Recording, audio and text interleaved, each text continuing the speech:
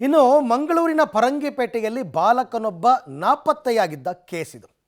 ನೋಡಿ, ತಂದೆ ತಾಯಿ ಅಂತೂ ಆತಂಕದಲ್ಲೇ ದಿನ ದೂಡಿದ್ದಾರೆ. ಆದರೆ ಈತ ಮಾಡಿದ ಕಥೆ ಏನು ಗೊತ್ತಾ? ಯಾತಕ್ಕೋಸ್ಕರ ಅಂತಂದರೆ ಎಕ್ಸಾಮ್ಗೆ ಹೆದರ್ಕೊಂಡು ಮನೆ ಬಿಟ್ಟು ಹೋಗಿರೋದು. ಮಂಗಳೂರಿನಲ್ಲಿ ಬಾಲಕ ನಾಪತ್ತೆ ಕೇಸ್ ಈಗ ಸುಖಾಂತ್ಯವಾಗಿದೆ. ಆತ ಬಂದಿದ್ದಾನೆ ವಾಪಸ್ಸು, ಎಲ್ಲ ಓಕೆ. ಬಟ್ ಏನಾಯಿತು ಅಂದರೆ ಸೆಕೆಂಡ್ PUC ಎಕ್ಸಾಮ್ಗೆ ಹೆದರ್ಕೊಂಡು ಮನೆ ಬಿಟ್ಟು ಹೋಗಿದ್ದ ಈ ದಿಗಂತ್ ಅಂತಕ್ಕಂಥ ಹುಡುಗ. ಕಳೆದ ಬಾರಿ ಎಕ್ಸಾಮಲ್ಲಿ ಏನೋ ಕಡಿಮೆ ಮಾರ್ಕ್ಸ್ ಬಂದಿತ್ತು. ಅವ್ರ ಅಪ್ಪ ಅಮ್ಮ ಬೈದಿದ್ರಂತೆ, ಓದಿಲ್ಲ, ಎಕ್ಸಾಮ್ಗೆ ಹೆದರ್ಕೊಂಡಿದ್ದಾನೆ. ಪೊಲೀಸ್ ವಿಚಾರಣೆ ಮಾಡಿದಾಗ ತಪ್ಪೊಪ್ಕೊಂಡಿದ್ದಾನತ್ತ. ಹೌದು, ನಾನು ಎಕ್ಸಾಮ್ಗೆ ಹೆದರ್ಕೊಂಡು ಹೋಗಿದ್ದೆ. ಕಿಡ್ನ್ಯಾಪ್ ಕಥೆಯನ್ನು ಕಟ್ಟಿ ಬಚಾವಾಗೋದಕ್ಕೆ ಪ್ರಯತ್ನ ಪಟ್ಟಿದ್ದಾನೆ. ತನ್ನನ್ನು ಯಾರೋ ಕಿಡ್ನ್ಯಾಪ್ ಮಾಡಿದ್ರು ಅಂತ ರೈಲ್ವೆ ಹಳಿ ಹತ್ರ ಪರ್ಸು, ಮೊಬೈಲ್ ಬಿಟ್ಟಿದ್ದು, ಅದೆಲ್ಲ ಕಥೆ ಎಲ್ಲ ಇವನೇ ಮಾಡಿರೋದು. Drama, complete drama. ಕೊನೆಗೆ ಅದು ಯಾವುದೋ ಉಡುಪಿ ಮಾಲ್ನಲ್ಲಿದ್ದಾಗ ಪೊಲೀಸರು ಆತನನ್ನು ಪತ್ತೆ ಹಚ್ಚಿ ಕರ್ಕೊಂಡು ಹೋಗಿದ್ದಾರೆ. ಸೊ ಏನಾಯಿತು ಕಥೆ ಇದು ಅಂತ ಬನ್ನಿ ನೋಡೋಣ.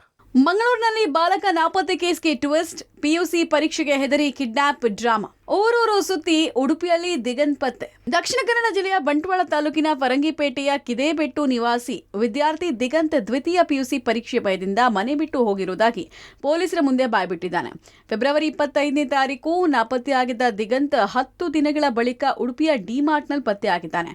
ಪೋಷಕರು ನಿರಾಳರಾಗಿದ್ದಾರೆ. ದಿಗಂತ್ ನಿಗೂಢ ನಾಪತ್ತೆ ಹಿಂದೆ 108 ಅನುಮಾನ ಹುಟ್ಟಿತ್ತು.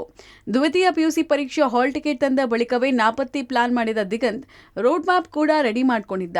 ನಾಪತ್ತೆಯಾಗಿದ್ದ ದಿನ ಮನೆ ಬಳಿ ರೈಲ್ವೆ ಟ್ರ್ಯಾಕ್ ಬಳಿ ಹೋಗಿದ್ದ ದಿಗಂತ್ ಅಲ್ಲಿ ಚಪ್ಪಲಿ ಬಿಚ್ಚಿಟ್ಟು ಶೂ ಹಾಕೊಂಡಿದ್ದಾನೆ. ಫೆಬ್ರವರಿ 25ನೇ ತಾರೀಕು ಬಸ್ನಲ್ಲಿ ಮೈಸೂರಿಗೆ ತೆರಳಿದ್ದ ದಿಗಂತ್ ಅಲ್ಲಿಂದ ಬೆಂಗಳೂರಿಗೆ ಬಂದು 2 ದಿನ ಸುತ್ತಾಡಿದ್ದ. ಕೈಯಲ್ಲಿ ಹಣ ಖಾಲಿ ಆದಾಗ ಬೆಂಗಳೂರು ಹೊರವಲಯದ ರೆಸಾರ್ಟ್ನಲ್ಲಿ 3 ದಿನ ಕೆಲಸಕ್ಕೆ ಸೇರಿದ್ದ. ಅಲ್ಲಿಂದ ಹಣ ಪಡೆದು ಬೆಂಗಳೂರಿನಿಂದ ಶಿವಮೊಗ್ಗಕ್ಕೆ ಬಸ್ನಲ್ಲಿ ಬಂದಿದ್ದ. ಶುಕ್ರವಾರ ರಾತ್ರಿ ಮೈಸೂರಿನಿಂದ ಮುರುಡೇಶ್ವರದ ರೈಲಿನಲ್ಲಿ ದಿಗಂತ್ ತೆರಳಿದ್ದ.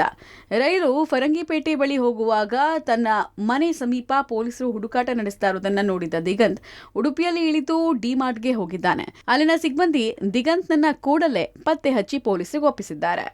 ಈಗ ಅವನು ನಿನ್ನೆ ಸಂಜೆ ನಮಗೆ ಉಡುಪಿಯಲ್ಲಿ ಪತ್ತೆ ಆಗ್ತಾನೆ. ಉಡುಪಿಯಲ್ಲಿ ಪತ್ತೆ ಆದ ನಂತರ ನಾವು ಕರ್ಕೊಂಡ್ಬಂದು ವಿಚಾರಣೆಗೊಳಪಡಿಸಿದಾಗ ಆತ ಏನು ಸೆಕೆಂಡ್ PUC ಎಕ್ಸಾಮ್ ಇತ್ತು, ಎಕ್ಸಾಮ್ಗೆ ಸರಿಯಾದ ಪ್ರಿಪರೇಷನ್ ಮಾಡದೇ ಇರೋ ಕಾರಣದಿಂದ ಸ್ವಲ್ಪ ಹೆದರಿ ನಾನು ಹೋಗಿ ನಂತರ ಸುಮಾರು ದಿನಗಳ ಕಾಲ ಬೆಂಗಳೂರು, ಮೈಸೂರು ಮತ್ತು ಶಿವಮೊಗ್ಗ ಈ ಕಡೆ ಎಲ್ಲ ಸುತ್ತಾಡಿಕೊಂಡು ವಾಪಸ್ ನಿನ್ನೆ ಉಡುಪಿಗೆ ಬಂದೆ. ಉಡುಪಿಯಲ್ಲಿ ಇದ್ದಂಥ ಸಂದರ್ಭದಲ್ಲಿ ಅಲ್ಲಿನ ಸ್ಥಳೀಯರು ನೋಡಿ ನನಗೆ ನಮ್ಮ ಮನೆಗೆ ಫೋನ್ ಮಾಡಿ ಮಾಹಿತಿ ಕೊಟ್ಟಿರ್ತಾರೆ ಅನ್ನೋ ಮಾಹಿತಿನ ನಮ್ಮ ಹತ್ರ ಹೇಳಿದ್ದಾನೆ.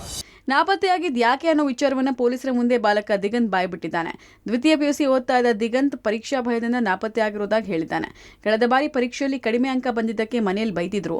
ಮತ್ತೆ ವಾರ್ಷಿಕ ಪರೀಕ್ಷೆಯಲ್ಲಿ ಮಾರ್ಕ್ಸ್ ಕಡಿಮೆ ಬಂದ್ರೆ ಬೈತಾರೆ ಅಂತ ಹಾಲ್ ಟಿಕೆಟ್ ಪಡೆದ ದಿನವೇ ದಿಗಂತ್ ನಾಪತ್ತೆಯಾಗಿದ್ದಾನೆ.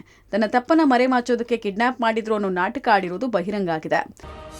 ಅವನು ಪ್ರಿಪರೇಟರಿ ಎಕ್ಸಾಮಲ್ಲಿ ಅಬೌಟ್ 50% ಏನೋ ತೊಗೊಂಡಿದ್ದಾನೆ. ಹಾಗಾಗಿ ಸ್ವಲ್ಪ ಪ್ರೆಷರ್ ತಾನಾಗೆ ಅವನು ಸ್ವಲ್ಪ ಸಾಕಾಗ್ತಾಯಿಲ್ಲ, ನಾನು ಇನ್ನೂ ಹೆಚ್ಚಿಗೆ ಮಾರ್ಕ್ಸ್ ತೆಗಿಬೇಕಾಗಿತ್ತು, ಚೆನ್ನಾಗಿ ಓದಿಲ್ಲ ಅನ್ನೋ ಕಾರಣಕ್ಕೆ ಮನೆ ಬಿಟ್ಟು ಹೋಗಿದ್ದಾಗ ಸ್ಟೇಟ್ಮೆಂಟ್ ಕೊಟ್ಟಿರೋಂಥದ್ದು. ಸದ್ಯಕ್ಕಂತೂ ಮನೆಗೆ ರಿಟರ್ನ್ ಆಗುವಂಥ ಆಲೋಚನೆ ಇರಲಿಲ್ಲ ಅಂತ ಹುಡುಗ ಹೇಳಿರೋವಂಥದ್ದು.